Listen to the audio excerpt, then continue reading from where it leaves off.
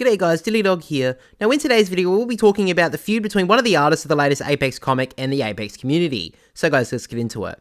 Now yesterday Apex Legends released a new comic called Overtime. Now if you don't know, Apex in the past have released comics online which have been designed from people in the community, which means they do have a fair concept of the designs of each legend and the way they interact with each other. However, this comic was drawn by Marvel comic artists, who understandably don't really have the best idea of the art style of Apex Legends comics. Now if you want to know more about this subject and the comic itself, then go check out Garrett's latest video on the subject. It's a great watch and I will link it in the description below. However, I will just be talking about the feud between this artist and the Apex community. Now a person on Twitter named Luwba, who by the way is an artist within the Apex community, and I will link his page down below, but he did bring to light a few screenshots of one of the artists a part of designing the latest comic, taking aim at people in the community. So the pretentious Keith Champagne, or Keith as I'll be calling him from now on because I'm not going to say that every single time, has responded to a bunch of messages against the comic design by basically insulting people. Now I myself know that the Apex community can be toxic at times, and I'm not saying that this artist doesn't have the right to defend himself, because he definitely does, but this definitely wasn't the right way to go about it. Now I'm not the biggest lore buff, so I don't know how to feel about these comics to be honest, but based off this design of Bangalore, I definitely see where the Apex community are coming from. And then going ahead and telling the Apex community to F off is not the way to sort things. Now Respawn haven't made any statement on the matter at this stage, but stay tuned to the channel for any updates.